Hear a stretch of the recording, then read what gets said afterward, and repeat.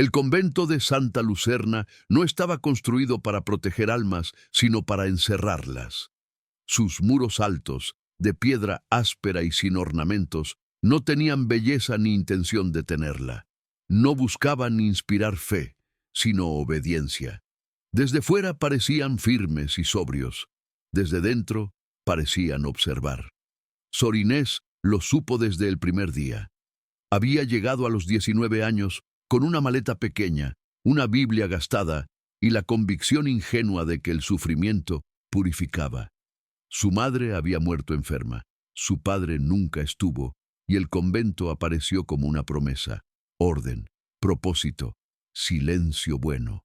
Nadie le habló de los otros silencios. El primer mes fue correcto, frío, pero correcto.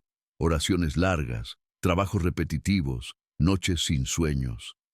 Inés aprendió rápido a bajar la mirada, a no hacer preguntas, a sonreír poco. Las hermanas mayores observaban todo, no con cariño, con cálculo.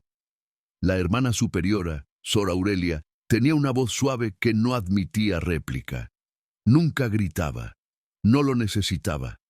Su autoridad estaba en la forma en que decidía quién comía primero, quién dormía menos, quién era enviada a los trabajos más duros por su bien espiritual. Aquí no hay voluntad propia, decía, solo voluntad de Dios. Inés quiso creerlo. El problema comenzó con pequeñas correcciones. Te arrodillas mal. Tu voz distrae. Tu silencio es sospechoso.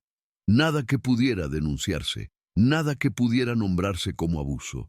Solo una presión constante que no dejaba marcas visibles, pero desgastaba por dentro. Luego vinieron los castigos.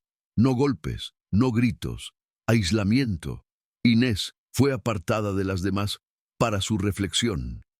Le retiraron el derecho a hablar durante días. Le asignaron tareas nocturnas cuando el cuerpo pedía descanso. Le hicieron repetir confesiones hasta que dudó de sus propios recuerdos. Si te sientes mal, decían, es porque Dios te está limpiando. Y ella empezó a creer que el dolor era culpa suya.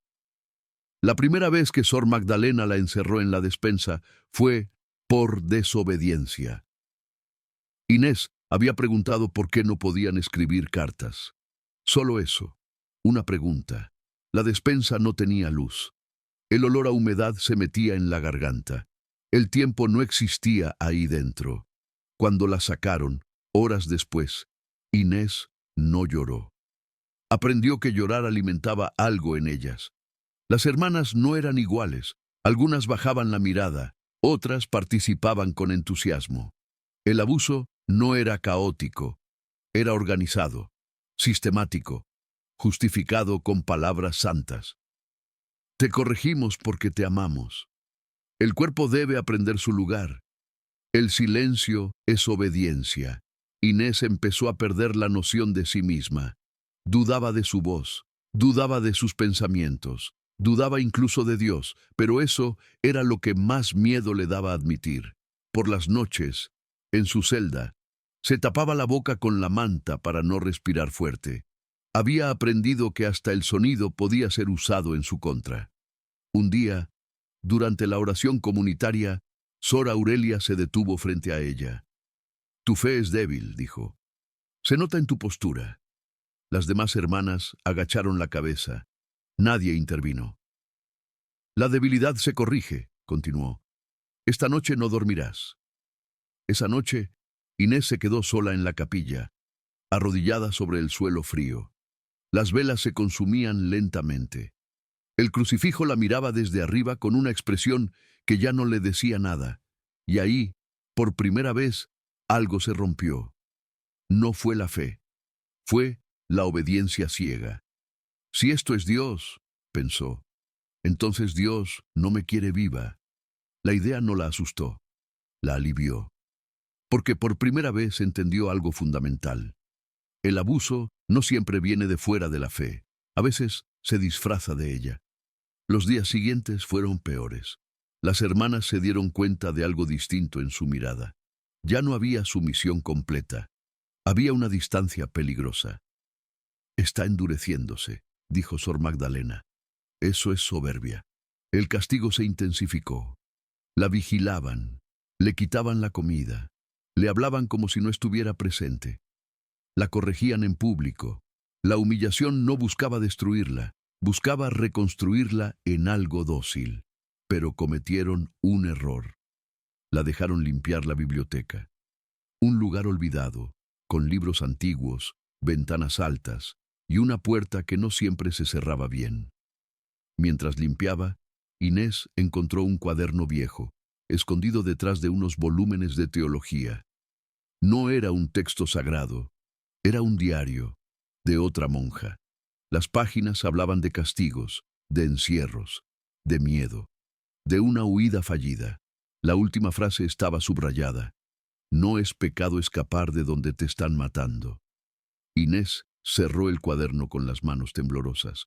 No estaba loca, no estaba sola, no estaba equivocada. Esa noche no rezó, planificó, no una huida heroica, una posible. Observó horarios, llaves, cambios de guardia. Aprendió qué puertas crujían y cuáles no. Guardó pan duro. Escondió el cuaderno bajo su hábito. El convento dormía temprano. Confiaba demasiado en el miedo. Inés ya no tenía miedo, tenía determinación. La noche que decidió irse, el cielo estaba cubierto. No había luna, como si incluso la noche quisiera protegerla. Antes de cruzar el umbral, se detuvo, no por duda, por despedida. No me llevé tu fe, susurró al convento. Me llevé mi vida. Y con el corazón golpeando fuerte, dio el primer paso fuera del silencio, sin saber a dónde iba, pero sabiendo con certeza de dónde no podía quedarse. La noche no cayó, se cerró. En Santa Lucerna, cuando las campanas marcaban el último rezo, el convento entraba en un estado distinto, casi animal. Las luces se apagaban una a una, los pasos se volvían contados, y el silencio, ese silencio impuesto, se convertía en un guardián más eficaz que cualquier cerrojo. Sor Inés esperó. Esperó como había aprendido a hacerlo durante meses, sin moverse, sin respirar de más, sin permitir que el cuerpo traicionara la intención. El cuaderno estaba escondido bajo el hábito, envuelto en un trozo de tela. Pan duro en el bolsillo interior. Nada más. No podía cargar recuerdos, pesaban demasiado. Contó los pasos en el pasillo. 1, 2, 3. La ronda nocturna de Sor Magdalena siempre pasaba a la misma hora. No por descuido, sino por convicción. El orden repetido crea obediencia.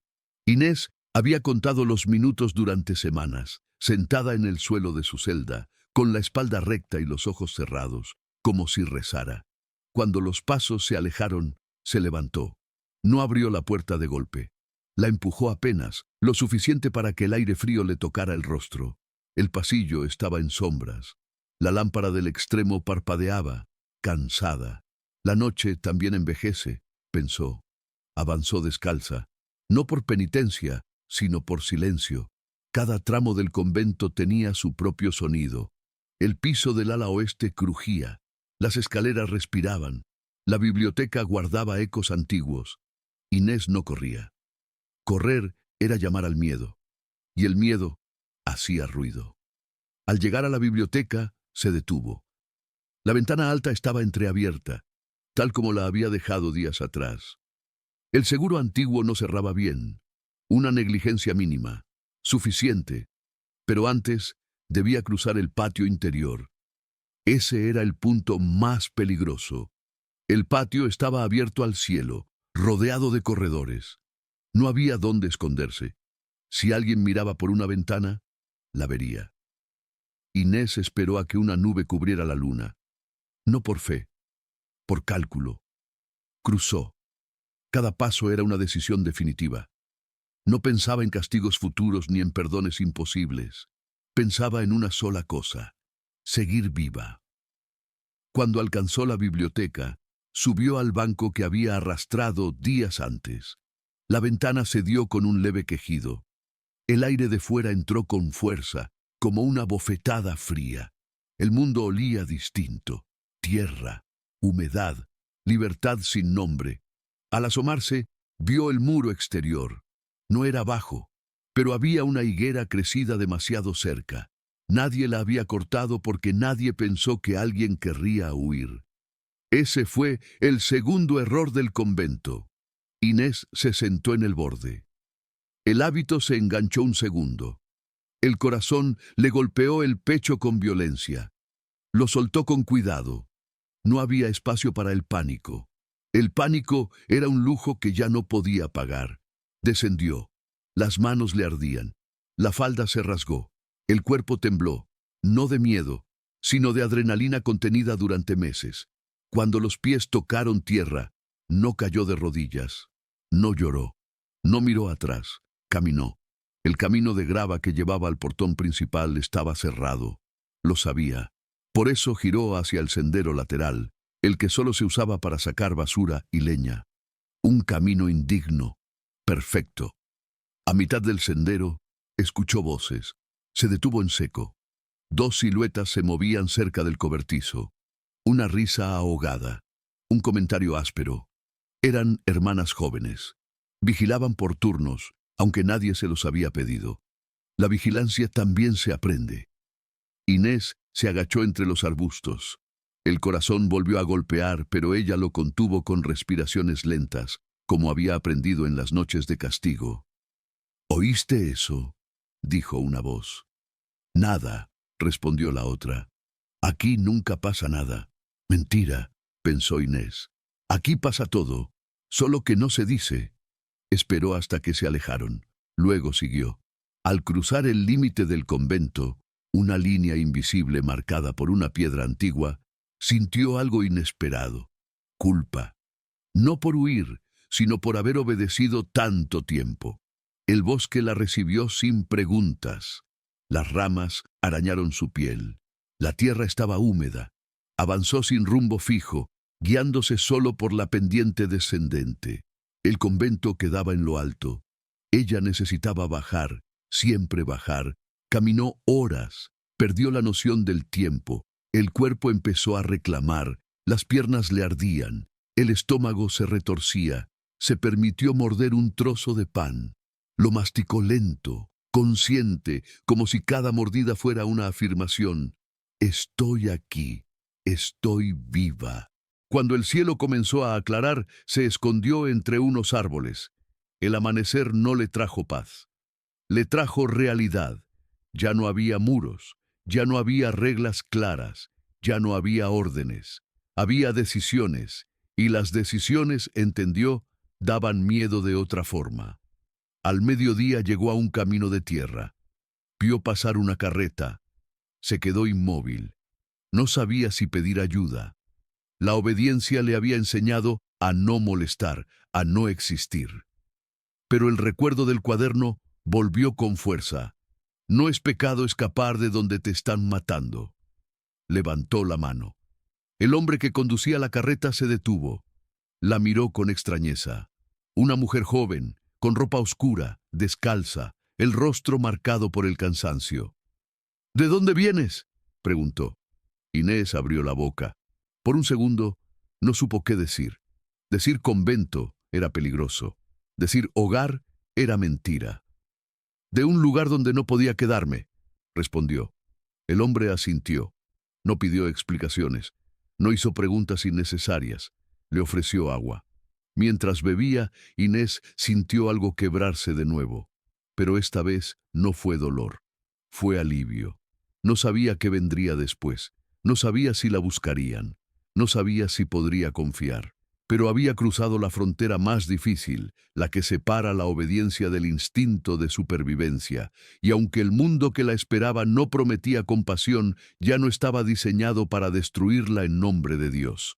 El convento quedaba atrás, y por primera vez el silencio no la perseguía. El mundo no la recibió con los brazos abiertos, la recibió con ruido, carretas, voces, perros, pasos apresurados, puertas que se abrían y cerraban sin pedir permiso. Inés tardó días en comprender que nadie estaba vigilándola. Nadie medía su postura, nadie corregía su silencio. Esa ausencia de control fue, al principio, más aterradora que los castigos. El hombre de la carreta la dejó en el borde de un pueblo pequeño. No preguntó su nombre, no pidió agradecimientos. Le señaló una fuente de agua y siguió su camino. La normalidad del gesto la desarmó. Inés se sentó junto a la fuente durante horas. Observó a la gente vivir, reír, discutir, existir sin pedir absolución.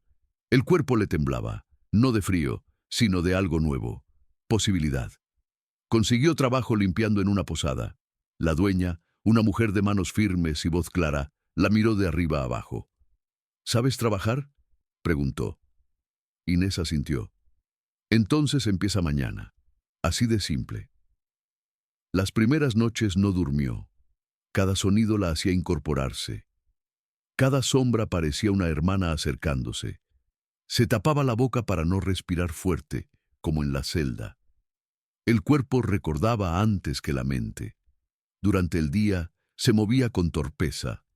Pedía permiso para todo. Bajaba la mirada cuando alguien le hablaba. Se disculpaba por existir. «No tienes que pedir perdón por estar aquí», le dijo la dueña una tarde. «Mientras trabajes, este lugar es tuyo también». La frase la hizo llorar en silencio, escondida entre sábanas limpias. El pasado no desapareció, se transformó. Había días en los que el olor a cera le revolvía el estómago. Otros en los que una orden dicha en voz alta la paralizaba. Aprendió que la libertad no es un interruptor, sino un músculo atrofiado que duele cuando empieza a moverse. Un mes después, alguien preguntó, «¿De dónde vienes?». Inés se quedó callada. La mentira le parecía una traición a sí misma. La verdad, un riesgo. «De un convento», dijo finalmente. La palabra cayó sin estruendo. Nadie se escandalizó. Nadie la señaló. «¡Ah!», respondió la mujer. «Entonces tendrás historias». Inés no respondió. No todavía. Las noches eran el peor momento. Los recuerdos llegaban sin aviso. El encierro, las voces suaves que lastimaban, el peso de las manos que no dejaban marcas visibles, pero sí memoria. A veces se preguntaba si había cambiado una prisión por otra, más grande e incierta. Pero había una diferencia esencial. Ahora podía irse. Un día, en el mercado, escuchó a dos mujeres hablar de un convento cercano, de abusos, de una joven que había escapado. Inés sintió que el aire se le iba. No era la única. Esa noche sacó el cuaderno viejo. Lo había llevado consigo todo el tiempo, como un talismán incómodo. Lo abrió con manos firmes y escribió por primera vez algo propio. «No escapé porque era débil. Escapé porque quería vivir». Las palabras no la curaron, pero la anclaron. Con el tiempo, empezó a hablar. Primero con frases cortas, luego con silencios compartidos, después con nombres. Contó lo suficiente para ser escuchada, no tanto como para desmoronarse. Descubrió algo inesperado. La fe no se le había ido. Había cambiado de forma. Ya no era obediencia ciega ni castigo aceptado. Era una convicción íntima de que la dignidad no se negocia. Un año después, recibió una carta. No tenía remitente claro, solo una caligrafía rígida. Decía que el convento preguntaba por ella, que debía regresar, que el silencio era perdón. Inés dobló la carta con calma, la quemó, no tembló. Esa noche, por primera vez, durmió sin sobresaltos. No regresó al convento. No denunció públicamente. No buscó venganza. Eligió algo más difícil, no volver a pertenecer a lo que la dañó. Con los años, se convirtió en alguien a quien otras mujeres buscaban, no como salvadora, como testigo, como prueba viviente de que huir no es cobardía cuando quedarse te destruye. Cuando alguien le preguntaba si odiaba a las hermanas, respondía, «El odio me ataría a ellas. Yo elegí seguir caminando». Un atardecer, sentada frente a una ventana abierta, Inés pensó en Santa Lucerna, en los muros, en el silencio, en la joven que llegó creyendo que el dolor era un camino a Dios. «No lo era», susurró. Era una trampa. El mundo seguía siendo duro, a veces injusto, a veces indiferente, pero ya no se disfrazaba de santidad para herirla, y eso era suficiente, porque Inés no huyó para ser libre de todo, huyó para ser libre de mentirle a su propia vida. Y eso, aprendió, es una forma profunda de fe. Si esta historia te conmovió, suscríbete ahora. Aquí no solo contamos relatos, aquí damos voz a quienes sobrevivieron al silencio, a quienes se atrevieron a huir, a quienes eligieron la verdad cuando callar era más fácil. Suscríbete para no perderte más historias profundas, humanas y reales. Activa la campanita para que cada nuevo relato llegue a ti. Y si esta historia resonó contigo, compártela. Quizá alguien más necesita escucharla hoy. Porque a veces una historia no es solo entretenimiento, es la salida que alguien estaba buscando.